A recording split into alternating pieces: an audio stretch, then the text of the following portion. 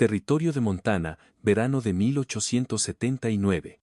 El cielo matutino estaba despejado, pero dentro de la pequeña iglesia de tablillas en el borde de Dry Creek, el silencio se sentía tan espeso como una nube de tormenta. Clara Valeriana permanecía inmóvil en el altar, su vestido de muselina blanco pegado a sus brazos donde el sudor y el pánico se encontraban. No había planeado que este momento transcurriera así. La quietud había comenzado con un susurro, una dama de honor inclinándose hacia otra, luego un jadeo de la esposa del predicador. Se extendió como un reguero de pólvora. Después vinieron los pies que se movían, las miradas ceñudas. La madre del novio se había adelantado, su voz aguda como un hierro candente. Debería habernos contado sobre esas cicatrices, las de arriba. ¿Qué clase de mujer esconde algo así? Las manos de Clara temblaron a sus costados, pero no se cubrió los brazos. No, otra vez no. Elías, el novio, la había mirado no con amor, sino con lástima, luego con repulsión. No puedo, dijo, retrocediendo. Lo siento, Clara. No lo sabía. No puedo casarme con alguien que me mintió. Y así, sin más, todo había terminado. Afuera, el sonido de casco sobre tierra compacta cortó el aire. Un vaquero había llegado tarde, el polvo arremolinándose tras él, ajeno a que se estaba adentrando en una escena rota. Entró justo a tiempo para ver el ramo de Clara golpear el suelo. Su nombre era Mateo Riel. Se detuvo en el umbral, quitándose el sombrero mientras asimilaba el desorden. Las flores esparcidas, los invitados atónitos, la novia de pie, sola. Clara se giró, su rostro pálido, su respiración superficial. Sus miradas se encontraron, y aun a pesar del dolor en su pecho, ella registró la forma en que él la miraba, no como los demás, no como Elías. La mirada de Mateo descendió a las cicatrices de sus brazos, las que se retorcían por su piel en pálidos senderos curados, los restos de un incendio de hacía 3 años. Aquel que se había llevado el granero de su familia y casi se la lleva a ella consigo. Él avanzó lentamente. Llevabas tus cicatrices como si fueran una vergüenza, dijo, su voz baja, firme. Pero todo lo que veo es la prueba de que sobreviviste. Clara parpadeó, las lágrimas finalmente cayendo. Más tarde ese día, la iglesia estaba silenciosa y vacía. Ella se sentó en los escalones traseros, su velo desechado, sus manos apretadas fuertemente en su regazo. Escuchó botas crujir la grava detrás de ella. ¿Estás bien?, preguntó Mateo, su voz más suave ahora. No, dijo Clara, sin levantar la vista. Pero lo estaré. Él se sentó a su lado sin preguntar. El silencio se extendió, pero no era incómodo. «Viniste todo el camino desde Wolf Pines, ¿verdad?», preguntó ella finalmente. Estaba de paso, necesitaba forraje, levantó una ceja, no esperaba toparme con una boda. No fue mucha boda, dijo ella, su risa hueca. Mateo se inclinó hacia adelante, apoyando los codos en las rodillas. No merecías eso. No les conté sobre las cicatrices, admitió ella. Pensé que quizás si lograba pasar la ceremonia, no importaría, pero supongo que me equivoqué. Él la miró entonces, realmente la miró. Importa. Pero no de la forma en que ellos creen que lo hace. Su pecho se oprimió con algo que no había esperado. No ese día. Nunca más. Esa tarde él se ofreció a llevarla a casa. Su hermano se había marchado temprano, demasiado avergonzado o demasiado cobarde para enfrentar el escándalo. Mientras cabalgaban lado a lado a través de la hierba alta, el sol poniente atrapado en sus rizos, él se encontró mirándola más de una vez. ¿Vives por aquí sola?, preguntó él. Desde que mis padres fallecieron, solo somos yo y las gallinas. ¿Siempre hablas así?, preguntó él, una sonrisa tirando de la esquina de su boca. ¿Cómo qué? Como si el mundo te hubiera pateado 2 veces, y aún así encontraras algo de qué reírte. Ella sonrió a pesar de sí misma. Tú siempre hablas como si intentaras no decir algo más. Él la miró, sus ojos encontrándose con los de ella. Llegaron a su granja justo cuando el sol se escondía detrás de las colinas. Ella desmontó, sacudiéndose el polvo de la falda. Gracias, Mateo, dijo, sintiéndolo más de lo que él podría saber. Él se tocó el ala del sombrero. Si necesitas algo, envíame un mensaje, o encontraré una razón para volver a pasar pronto. Clara lo vio marcharse, algo desconocido floreciendo en su pecho.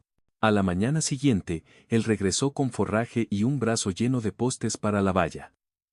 Dijiste que tu puerta se estaba cayendo, dijo, dejándolos. En realidad no lo hice, respondió ella. Él se encogió de hombros. Debí haberlo oído mal. Ella lo miró. El hombre que había visto sus cicatrices y no se había inmutado. El hombre que apareció a la mañana siguiente como si nada estuviera roto.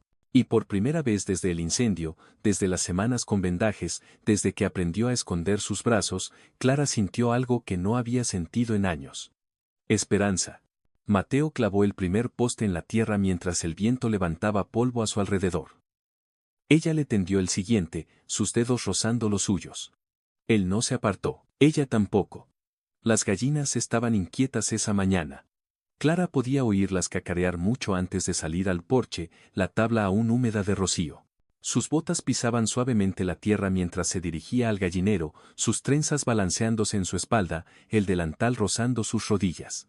Se movía más despacio de lo habitual, su hombro izquierdo rígido por el esfuerzo de la excavación del día anterior.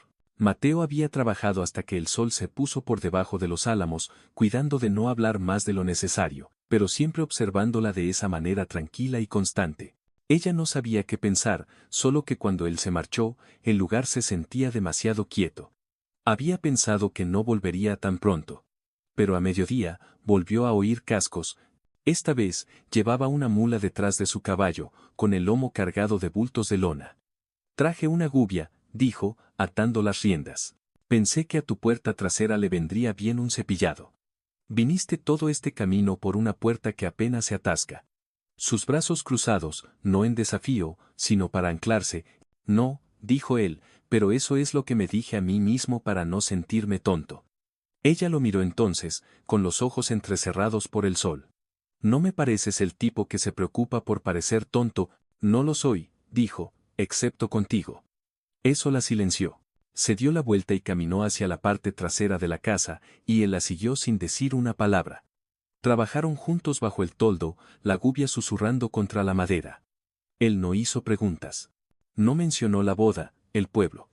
La forma en que la esposa del predicador había desviado la mirada como si la vergüenza fuera contagiosa. En cambio, silbó por lo bajo. Algo lento y sin melodía. Llenó el silencio. Ella pasó un trapo por los pasamanos mientras él cepillaba, limpiando los lugares donde la madera había comenzado a ponerse gris.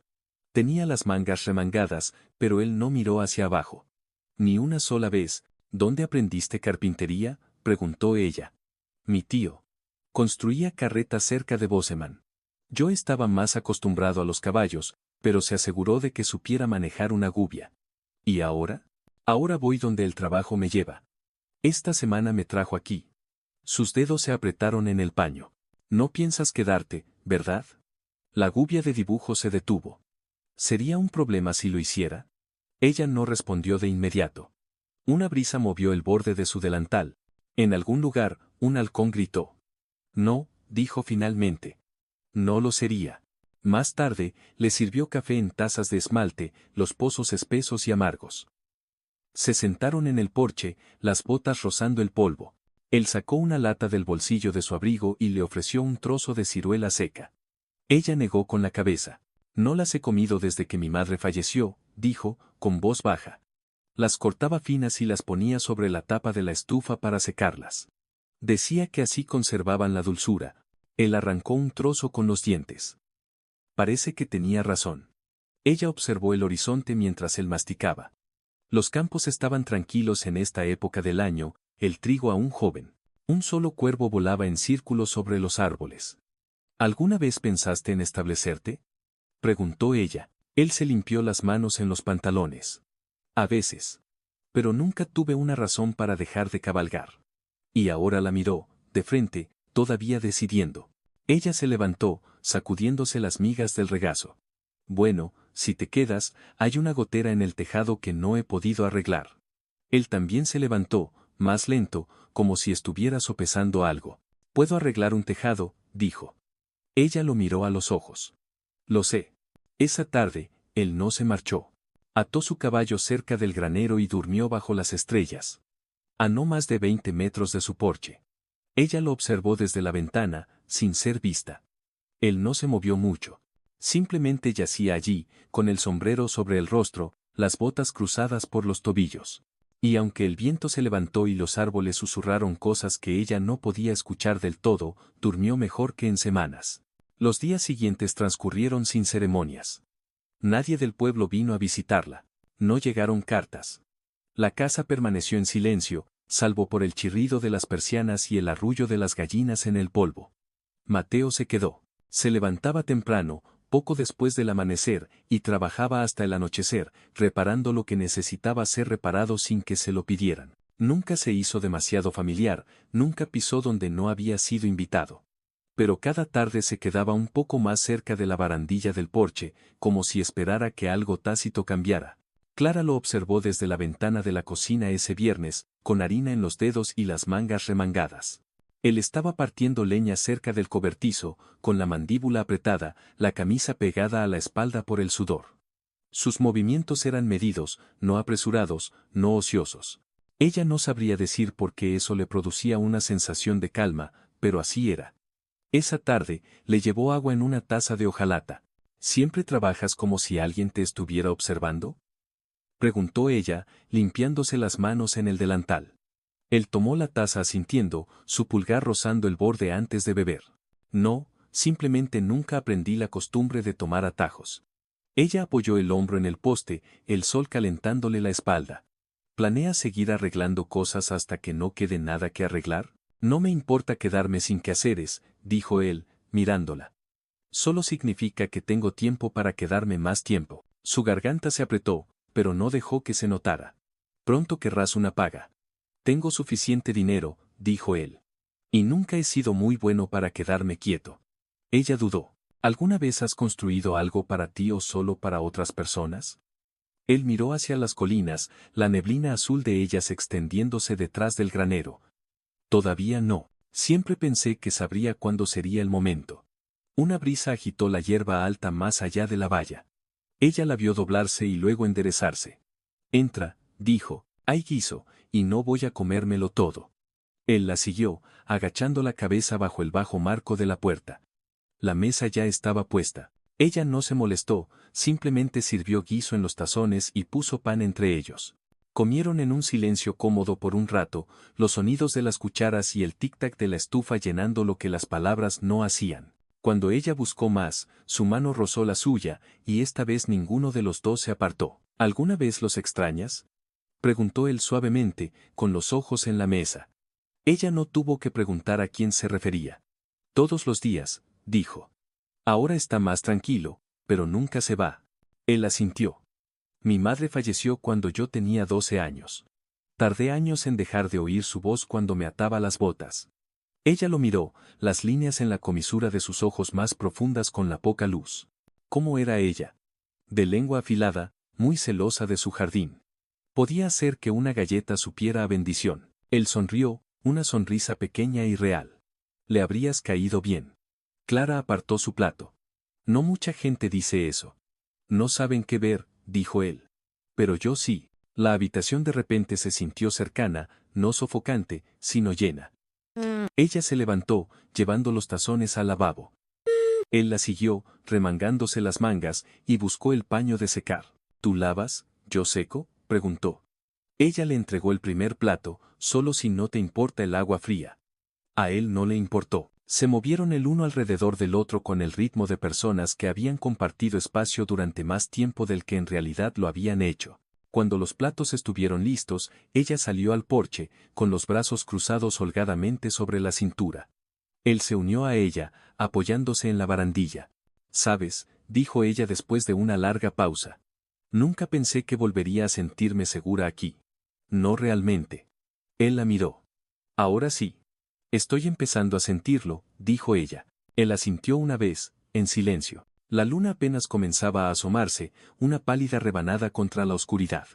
Podía oír los grillos en la hierba y el viejo granero acomodándose para la noche. «¿Estaría bien?», preguntó él, con voz baja, «si me quedara un poco más mañana? Hay una lanza de carreta en casa de los Wicks que me ofrecieron, pero puedo ocuparme de eso más tarde». Su respuesta llegó sin vacilar. «Sí, me gustaría». Ella no lo buscó. Él no intentó tocarla. Pero algo pasó entre ellos entonces, firme y seguro, como un poste de valla hundido profundamente en la tierra. Ni apresurado, ni ocioso, simplemente lo suficientemente fuerte para sostener. La lluvia llegó a mitad de la cena. Golpeó el techo de hojalata como un puñado de guijarros, repentina y aguda. Luego se suavizó a un ritmo constante que convirtió el patio polvoriento en barro y extrajo el aroma de la salvia de las colinas. Clara estaba en el umbral con la puerta entreabierta, observando cómo el viento retorcía las ramas de los álamos. Detrás de ella, Mateo dejó el tenedor y se levantó sin decir palabra, rodeando la mesa para buscar la leña apilada bajo el alero. Cuando regresó, tenía las mangas empapadas hasta los codos. Se sacudió el agua de las manos antes de agacharse junto a la chimenea, alimentando las brasas con pino húmedo. Las llamas prendieron lentamente, rizándose de naranja alrededor de los bordes de la corteza. Clara cerró la puerta y la atrancó con fuerza. ¿Alguna vez tienen tormentas como esta de donde vienes?, preguntó ella, buscando la tetera. Algunas, dijo él, sin levantar la vista. Pero aquí es diferente. Huele como si la lluvia hubiera estado esperando toda la semana. Ella vertió agua en la olla de hojalata y la puso en la estufa, observando cómo subía el vapor. Creciste cerca de Bosman, ¿verdad? Él asintió.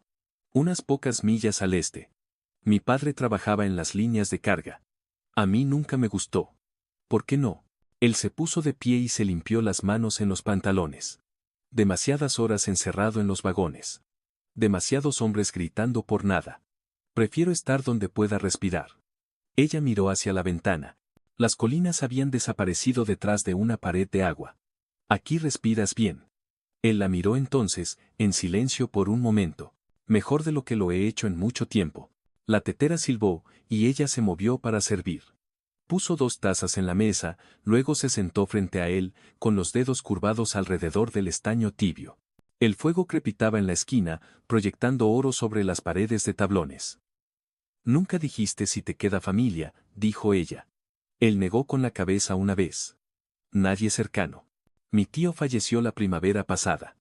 Nunca se casó. Después de eso, simplemente seguí moviéndome. Su pulgar golpeó el costado de su taza. ¿Eso alguna vez te hace sentir solo? Él la miró a los ojos. Últimamente no. El viento sacudió las contraventanas y ella se levantó para revisar el pestillo. Cuando se dio la vuelta, él estaba de pie. ¿Tienes una linterna extra?, preguntó. Si el viento apaga el fuego. Ella abrió un cajón cerca de la estufa y le entregó una con la parte delantera de vidrio agrietada. Él la sostuvo con firmeza, sus ojos recorriendo la habitación. ¿No duermes en el desván, verdad?, preguntó él. No, dijo ella. Ahora uso la habitación de abajo. Las escaleras me duelen el hombro cuando está rígido. Él asintió una vez, asimilando eso sin comentarios.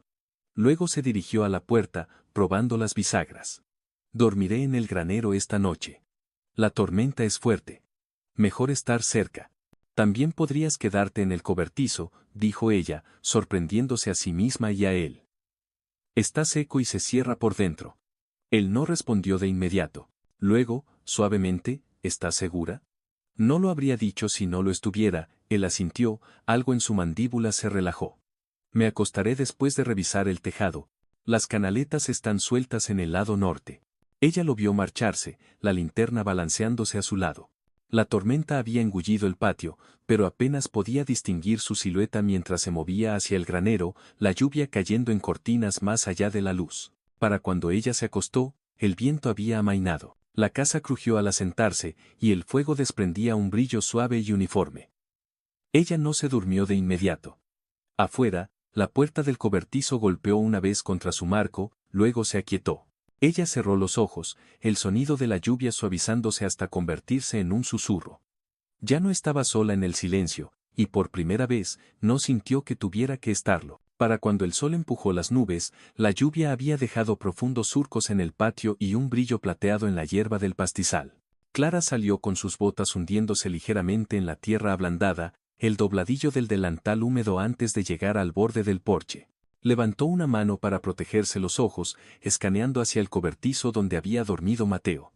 La puerta ya estaba abierta. Lo encontró cerca de la pila de leña, agachado, con las mangas remangadas, clasificando lo que había sido empapado y lo que aún podría ser útil. Su sombrero colgaba de un clavo cercano, el ala deformada por la tormenta nocturna. Buenos días, dijo ella, apartándose un mechón de pelo de la mejilla. Él levantó la vista, entrecerrando los ojos por la luz. El cielo finalmente se volvió amable. Pensé en ver lo que la lluvia perdonó. Ella bajó, con los brazos cruzados. ¿Siempre empiezas el día con trabajo?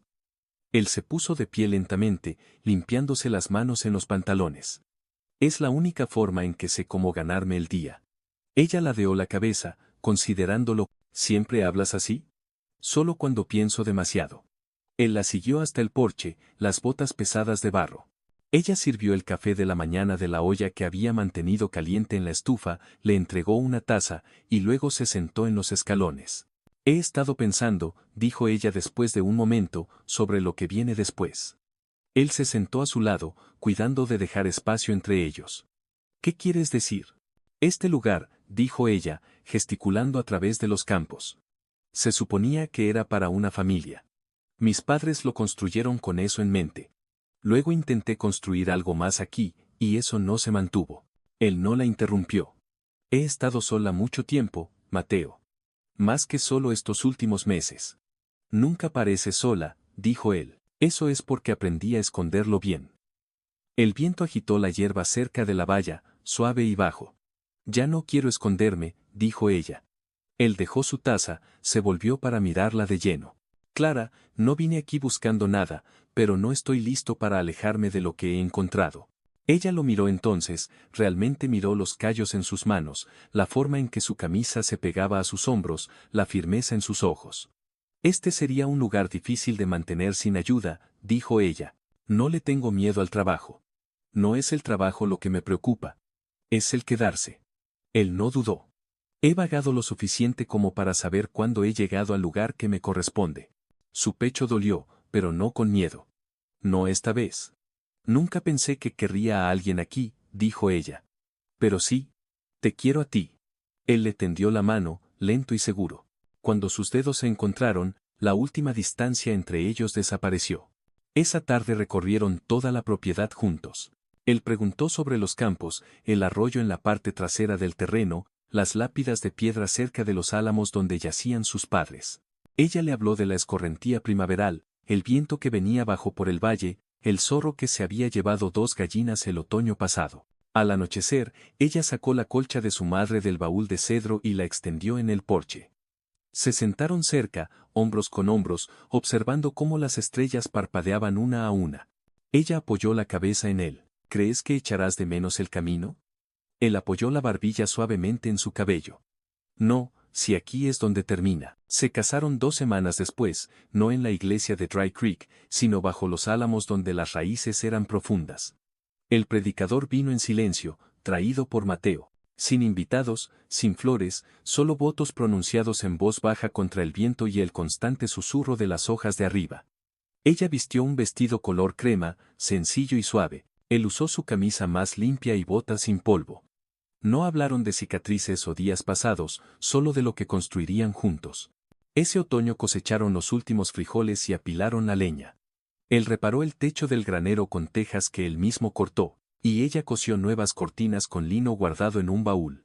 Por la noche, leían a la luz de la linterna, su voz firme, la de él más lenta pero segura. Por las mañanas, él le besaba el cabello antes de salir, y ella lo observaba por la ventana con una sonrisa que no se desvanecía. Plantaron árboles frutales en primavera, 3 de ellos, espaciados, para que las raíces pudieran extenderse. Y cada día los regaban a mano. Ella nunca volvió a usar mangas largas. Él nunca miró ninguna parte de ella con nada menos que una reverencia tranquila. Envejecieron allí, bajo el mismo cielo, con polvo en sus botas y paz en sus huesos. El amor, el tipo que se queda, los encontró no en una boda o en una promesa pronunciada en voz alta, sino en la elección silenciosa el uno del otro, día tras día, con cada amanecer que llegó después de la tormenta. Si te ha gustado esta historia y quieres escuchar más relatos que toquen el corazón y el espíritu del viejo oeste, no olvides suscribirte a mi canal. Tenemos muchas más aventuras esperando por ti.